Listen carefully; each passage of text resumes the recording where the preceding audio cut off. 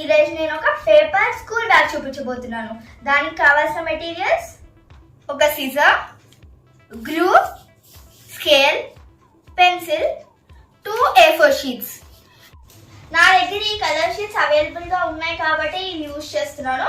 ఒకవేళ మీ దగ్గర ఇవి అవైలబుల్గా లేకపోతే వైట్ A4 షీట్ అన్న యూజ్ చేయొచ్చు, లేకపోతే న్యూస్ పేపర్తో అన్నా చేయొచ్చు.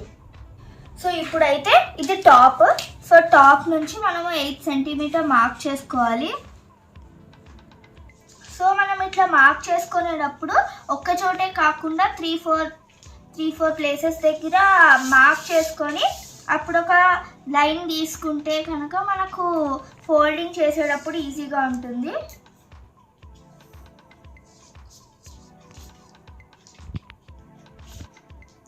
సో మనం ఇక్కడ 8 సెంటీమీటర్స్ మార్క్ చేసుకున్నాం కదా.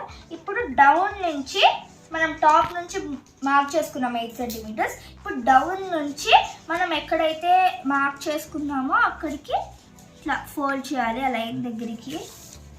సో మనం ఇట్లా నేను చూపించినట్టు అట్లా లైన్ తీసుకుంటే మనకు బిగినర్స్కి చాలా ఈజీగా ఉంటుంది మనకి ఫోల్డ్ చేయడానికి. ఇప్పుడు మనము మళ్ళీ టాప్ నుంచి 6.5 సెంటీమీటర్స్ మార్క్ చేసుకోవాలి.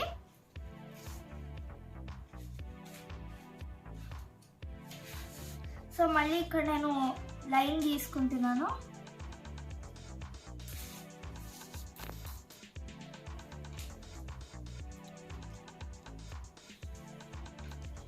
సో మనం ఇక్కడ 6.5 సెంటీమీటర్ మార్క్ చేసుకున్నాం కదా. సో మనము అక్కడ వరకు ఇట్లా లైన్ వరకు ఫోల్డ్ చేయకూడదు, ఇట్లా ఫోల్డ్ చేయాలన్నమాట. లైన్ ఇట్లా ఫోల్డ్ చేయాలి. మీకు అర్థమవుతుందని అనుకుంటున్నాను.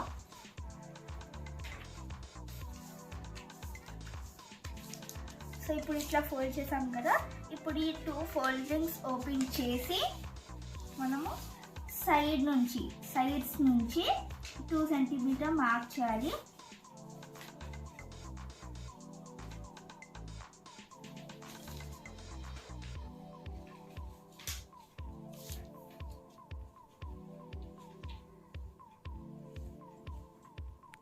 సో మనం ప్రతిసారి ఇదే క్రాఫ్ట్ అని కాదు, ఏ క్రాఫ్ట్ చేసినా మనము ఇట్లా లైన్స్ గీసుకుంటే ఫస్ట్ టైం చేసే వాళ్ళకి చాలా ఈజీగా ఉంటుంది.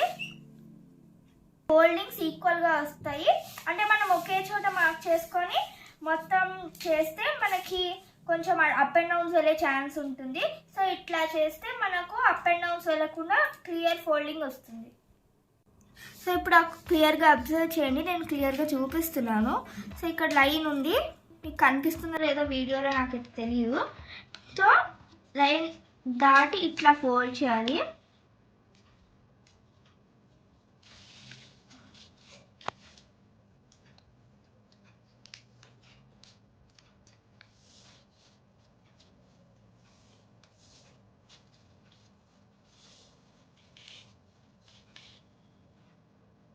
సో ఇక్కడ 2 ఫోల్డింగ్స్ చేసేసుకున్నాము. సో మనం సెకండ్ స్టెప్లో 6.5 సెంటీమీటర్స్ మార్క్ చేసుకున్నాం కదా. సో అక్కడి వరకు మనం ఈ సైడ్ 2 సెంటీమీటర్స్ ఫోల్డ్ చేసుకుని కట్ చేయాలి. మనం 6.5 సెంటీమీటర్స్ మార్క్ చేసుకున్న వరకు టాప్ పార్ట్ కట్ చేసేయాలి. ఈ కట్టింగ్స్ మాత్రం చాలా కేర్ఫుల్గా చేయాలి, ఎక్కడ మిస్టేక్ వచ్చినా మనకు మొత్తం పోతుంది. సో ఇప్పుడు కట్ కూడా చేసాను. ఇప్పుడు మనం గమ్ తీసుకొని మీకు క్లియర్గా అర్థం అవ్వాలని నేను మళ్ళీ రిపీట్ చేస్తున్నాను. ఇది టాప్ నుంచి 6.5 సెంటీమీటర్ మార్క్ చేసుకున్నాము. సో అక్కడ మనం సైడ్ వేస్ కట్ చేయాలి.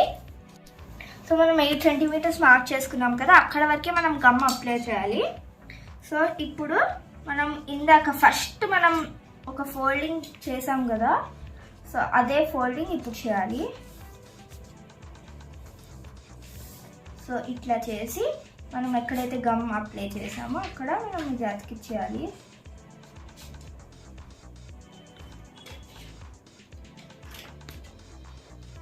సో మోస్ట్లీ మనం అయితే గమ్ ఈ పేపర్కి అతికియకుండా ఉంటే అన్నెసెసరీ చోట్ల దగ్గర మనకి ఈ పేపర్ పాడవకుండా ఉంటుంది. ఇప్పుడు కొంచెం బ్యాగ్ షేప్ అయితే వచ్చింది, బ్యాగ్ షేప్ అయితే వచ్చింది. సో ఇంకొన్ని చేస్తే మనకు బ్యాగ్ రెడీ అయిపోయినట్టే. చూడండి ఇది షేప్. సో ఇక్కడ మనకి ఇట్లా పౌచ్ లాగా వచ్చింది. సో ఇప్పుడు మనం ఈ బ్యాగ్కి ఇక్కడ చిన్న యూ షేప్స్ లాగా అతికియాలి. సో ఇక్కడ మీకు ఒక టిప్ చెప్పబోతున్నాను. మీరు ఇట్లా డబల్ అంటే ఇక్కడ 2 యూస్ కదా, అట్లా చేసేటప్పుడు పేపర్ని కొంచెం ఇట్లా ఫోల్డ్ చేసుకొని అప్పుడు మీరు డ్రా చేశారనుకోండి, మీకు 2 ఈక్వల్ సైజ్ వస్తాయి అన్నమాట. ఇప్పుడు మీరు ఇక్కడ డ్రా చేసి మళ్ళీ ఇంకో చోట డ్రా చేశారనుకోండి, ఈక్వల్ సైజ్ వచ్చే ఛాన్స్ కొంచెం తక్కువ ఉంటుంది. సో ఇట్లా చేస్తే మనకి పక్క ఈక్వల్ సైజ్ వస్తాయి. సో ఇట్లా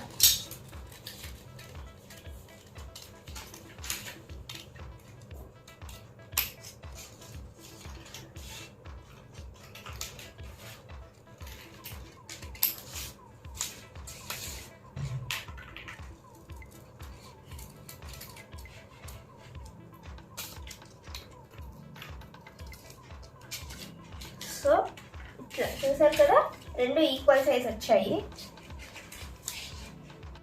సో మనము ఇట్లా ఫోల్డ్ చేసి కట్ చేయడం వల్ల 2 ఒకేసారి కట్ అయినాయి.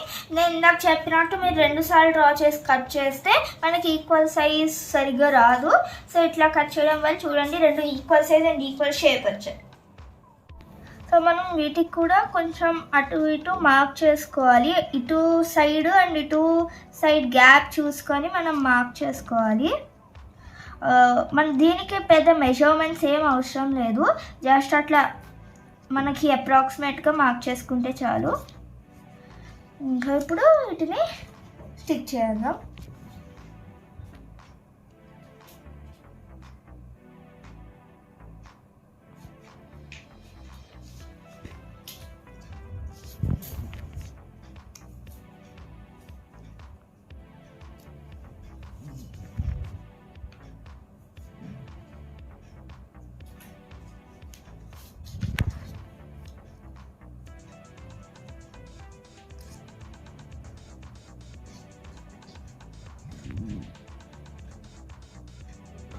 ఇప్పుడు చూసారు కదా, 2 మనకి సేమ్ ప్లేసెస్లో వచ్చాయి. ఇటు సైడ్ కానీ గ్యాప్ ఈక్వల్ వచ్చింది.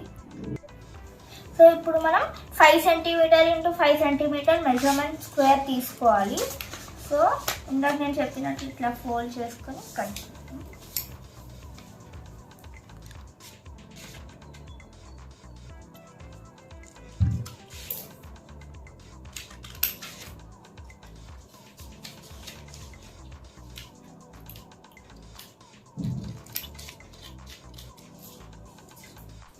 సో ఇందాక నేను చెప్పినట్టు ఫోల్డ్ చేసి చేయడం వల్ల ఇందాకట్లాగే 2 ఈక్వల్గా వచ్చాయి. ఇది జస్ట్ డెకరేషన్ పర్పస్. ఇది కూడా మనము సైడ్స్ గ్యాప్ చూసుకొని అతికించుకోవాలి.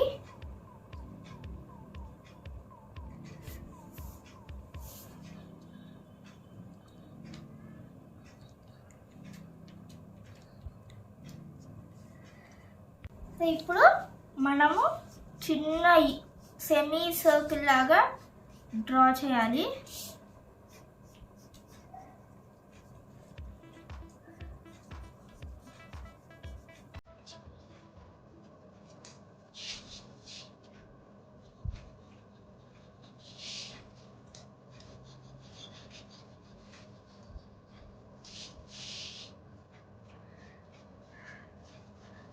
సో ఇప్పుడు ఇలా వచ్చింది కదా, దీన్ని కట్ చేయాలి. ఇది హ్యాండిల్ కోసం.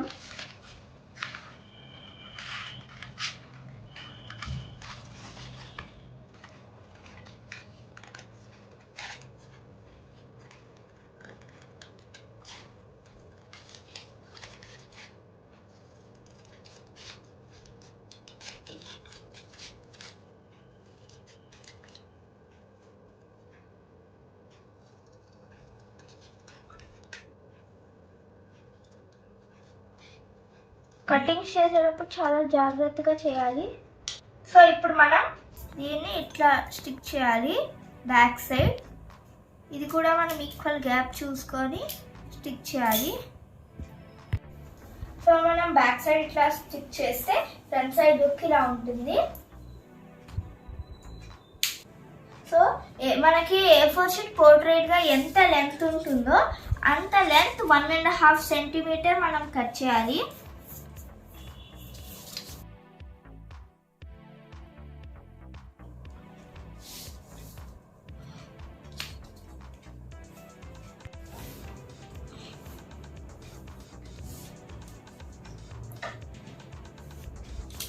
ఇప్పుడు మనం 1.5 సెంటీమీటర్ మార్క్ చేసుకున్నాం కదా, అది కట్ చేయాలి.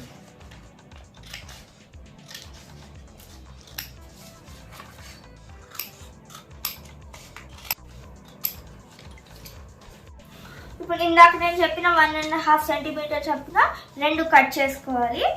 ఇవి బ్యాక్ ప్యాక్ హ్యాండిల్స్ కోసం. సో ఇప్పుడు దీని ఎడ్జెస్లో మనం గమ్ అప్లై చేసి ఇట్లా ఈ హ్యాండిల్ ఎడ్జ్ పెట్టాం కదా, సో అక్కడ ఇట్లా క్రాస్ స్లైట్ క్రాస్గా స్టిచ్ చేయాలి. ఇప్పుడు ఇది ఇట్లా ఉంటుంది కదా, దీన్ని ఇట్లా బ్యాక్ ఇట్లా ఫోల్డ్ చేయాలి. ఇట్లా ఫోల్డ్ చేసి అంటే మనకి ఇట్లా స్ట్రైట్గా ఉంటుంది కదా, దీన్ని ఇట్లా బ్యాక్వర్డ్స్ ఫోల్డ్ చేసి ఇట్లా ఫోల్డ్ చేసి బ్యాక్ సైడ్ గమ్ అప్లై చేసి ఇట్లా డౌన్ కింద మనకి స్టిక్ చేయాలి. మీకు క్లియర్గా అర్థం అవ్వాలని నేను మళ్ళీ చూపిస్తున్నాను సెకండ్ హ్యాండిల్ స్టిక్ చేయడం కూడా. సో ఇట్లా నేను చెప్పినట్టు ఇట్లా స్లైట్ క్రాస్గా స్టిక్ చేయాలి. స్టిక్ చేసి ఇప్పుడు ఈ హ్యాండిల్ని ఇట్లా ఉన్నది ఇట్లా కొంచెం ఇట్లా బెండ్ చేసి ఈ బ్యాక్ సైడ్ లైట్గా గమ్ అప్లై చేసి ఫస్ట్ హ్యాండిల్ ఎట్లయితే స్టిచ్ చేసామో సేమ్ అట్లానే ఇప్పుడు స్టిచ్ చేయాలి. సో నాకైతే ఈ హ్యాండిల్స్ ఎక్కువ అనిపించాయండి, లెంత్ ఎక్కువ అనిపించింది. సో నేను ఒక 5 సెంటీమీటర్స్ కట్ చేస్తున్నాను. సో మీకు కూడా కావాలంటే మీరు కూడా ఇట్లా 5 సెంటీమీటర్స్ కట్ చేసుకోవచ్చు.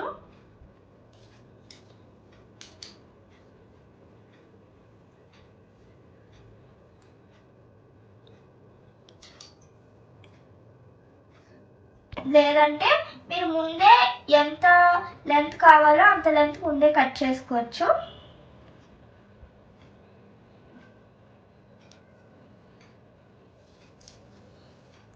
అంతే, మన back pack ready. Back pack ready అయిపోయింది.